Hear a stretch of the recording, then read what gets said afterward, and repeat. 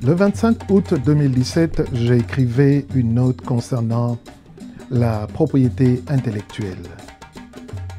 Et cette note m'a été inspirée en parlant avec un musicien congolais, après avoir regardé comment ses œuvres étaient exploitées, utilisées sur YouTube.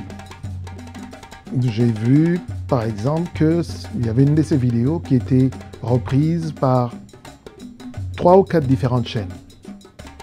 Et parce que connaissant l'impact du nombre de vues que cela peut avoir sur un revenu, et parce que je le connaissais assez bien, je me suis penché sur ce phénomène de droit d'auteur, droit de la propriété intellectuelle.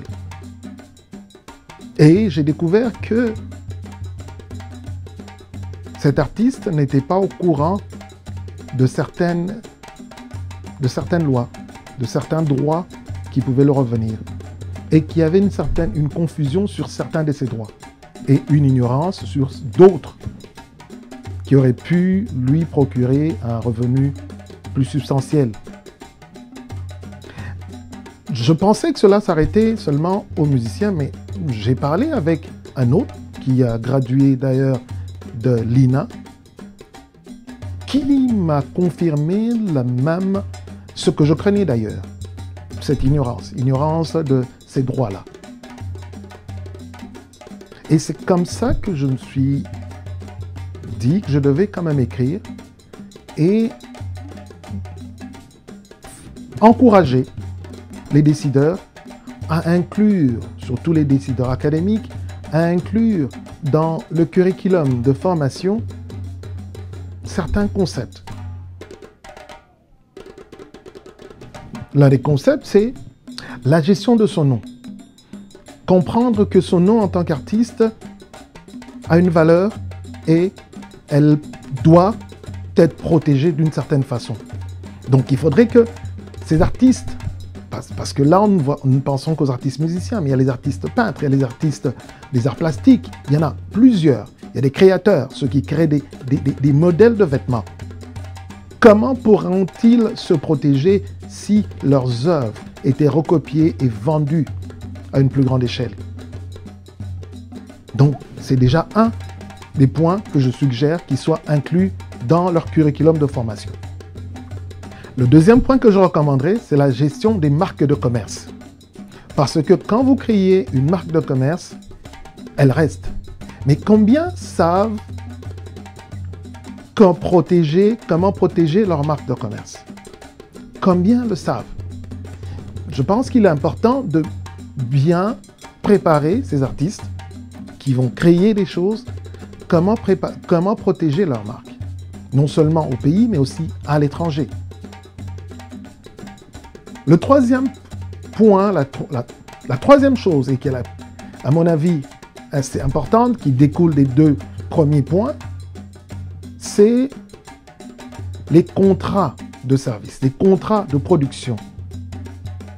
Comprendre les méandres de ces contrats, comprendre les points, les petits points, chaque point et virgule de ce contrat-là. Certains signent des contrats sous la contrainte financière, sachant que si je ne signais pas ce contrat, je n'aurais pas accès à tel ou tel producteur et j'en ai besoin pour faire ce travail-là. Mais ne sachant pas que, en signant ce contrat-là, ils donnaient leur vie. Comme on dit, ils se saignaient à blanc. Ils se saignaient à blanc pour ce qui semblait au départ être un gros contrat, un contrat juteux, mais qui à la longue, ils réalisent que ce n'en était pas un. Et pour éviter cela, il est important que ces artistes soient formés sur ces choses. La quatrième chose que je recommanderais à être inclus dans le curriculum de formation de ces artistes, c'est la protection de leurs droits au pays et à l'étranger. Et là, j'ai eu un producteur qui m'a aussi interpellé pour me dire, mais écoute, il y a une chose que tu ignores, c'est que ces musiciens sont eux-mêmes les premiers à pirater, par exemple, leurs œuvres. Certains artistes sont eux-mêmes les premiers à faire des copies au-delà de ce qui a été entendu, par exemple, avec un producteur, et les mettre à disponibilité du public d'une manière parallèle. Et on m'a même rapporté que il y a des points de vente à Kinshasa où il suffit d'amener une clé USB, on vous télécharge des chansons. Qui perçoit les frais de redevance sur ces chansons-là? À qui profite ce marché-là? Sûrement pas à l'artiste, sûrement pas au producteur, mais à ces gens-là qui sont en train de faire ce marché parallèle. Cinquième chose à inclure dans le curriculum de formation pour ces artistes, c'est la gestion de la succession. Une fois que l'artiste meurt, comment ses héritiers pourront-ils bénéficier de son œuvre? Voilà des choses qui, à mon avis, sont très importantes pour pérenniser cette culture qui est la nôtre, la culture congolaise. Il y a aussi notre responsabilité en tant que consommateur. Comment consommons-nous cette créativité congolaise? Contribuons-nous à son piratage? Ou nous contribuons à ce que ces artistes qui nous ont procuré de bonnes émotions, de belles émotions, ne meurent pas pauvres? Nous avons aussi un rôle à jouer. Et parce que toutes ces choses, tous ces points que j'ai énumérés un peu plus tôt, révèlent du droit, du domaine du droit, je pense qu'il devient impératif et il devient important pour les facultés de droit d'insister dans la...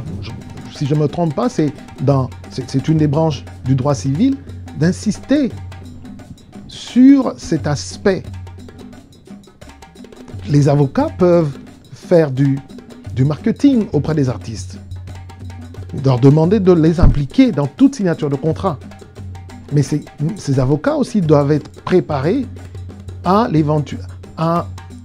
ce monde dans lequel nous vivons aujourd'hui, le monde digital.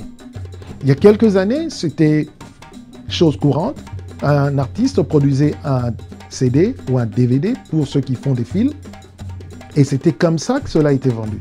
Et puis il y a eu les copies, les appareils qui faisaient des copies de ces CD et DVD. Et maintenant, nous sommes dans l'ère digitale. Comment protéger une œuvre une fois qu'elle est sortie dans le monde digital? Il y a des mécanismes. Il y a plusieurs. J'en ai découvert en faisant des recherches pour une amie, une sœur ici, qui est basée ici au Canada, au Québec. Et j'en ai découvert des droits qui ne sont pas perçus par les mêmes organisations. Il y a différentes organisations qui collectent des redevances pour chaque plateforme, pour des plateformes différentes. Oui, vous pouvez recourir au service d'une compagnie qui fait le tout, mais là aussi, c'est là où ça devient important, c'est de connaître le pourcentage que vous allez payer à cette organisation qui va collecter ses droits et ses redevances pour vous. Donc, il est important pour les artistes musiciens, pour les artistes comédiens, pour les artistes des arts plastiques, pour les créateurs congolais, de connaître leurs droits. Et s'ils ne les connaissent pas, de recourir au service d'un avocat qualifié qui comprend la complexité du droit, de la propriété intellectuelle dans le monde dans lequel nous vivons aujourd'hui. Et ce qui m'a vraiment poussé à faire cette vidéo, en rapport aussi à ce texte que j'avais écrit il y a quelques années, c'est j'ai vu l'artiste Michel Bakenda qui a mis une photo dans des réseaux sociaux où il défendait son travail, je crois un travail de fin de cycle. Il parlait de la problématique de la culture de droit d'auteur. Et ça m'a comme un peu rappelé, je me suis dit, oui, c'est important. C'est important qu'en tant qu'artiste musicien, qu'il s'y penche. Mais ce qui est encore plus important, c'est de comprendre comment en profiter, ces droits d'auteur. Et comme je l'ai dit plus tôt, la méconnaissance du droit fait que nos artistes congolais meurent pauvres et doivent recourir aux politiques pour des soins de santé, pour l'enterrement d'un des leurs. Mais tout cela aurait pu être évité si seulement ils comprenaient comment le monde fonctionne aujourd'hui et comment faire valoir leurs droits, comment protéger leurs droits, non seulement pour eux-mêmes, mais aussi pour leur famille, une fois qu'ils seront décédés. Et cela est possible pour un Congo meilleur. Si toi et moi, nous enrichissons encore cette discussion, si toi et moi, nous regardons au-delà de ce que j'ai dit, compléter cela, partager cela avec les artistes, de quelque discipline qu'ils soient, leur faire comprendre l'importance de comprendre leurs droits, de bien négocier leurs contrats, de comprendre l'environnement dans lequel nous vivons et comment profiter de cet environnement. Nous n'avons pas le monopole, nous ne prétendons pas avoir le monopole de la connaissance, mais nous pensons que, avec ces idées que nous avons partagées avec vous, nous pouvons aider ces artistes congolais à vivre dans un Congo meilleur. Mon nom est Joël et j'espère vous revoir la prochaine fois, lire vos commentaires pour enrichir cette discussion. Et si vous voulez, nous pourrons faire une discussion en direct afin d'édifier le plus grand nombre d'artistes. Pour un Congo meilleur, restons unis.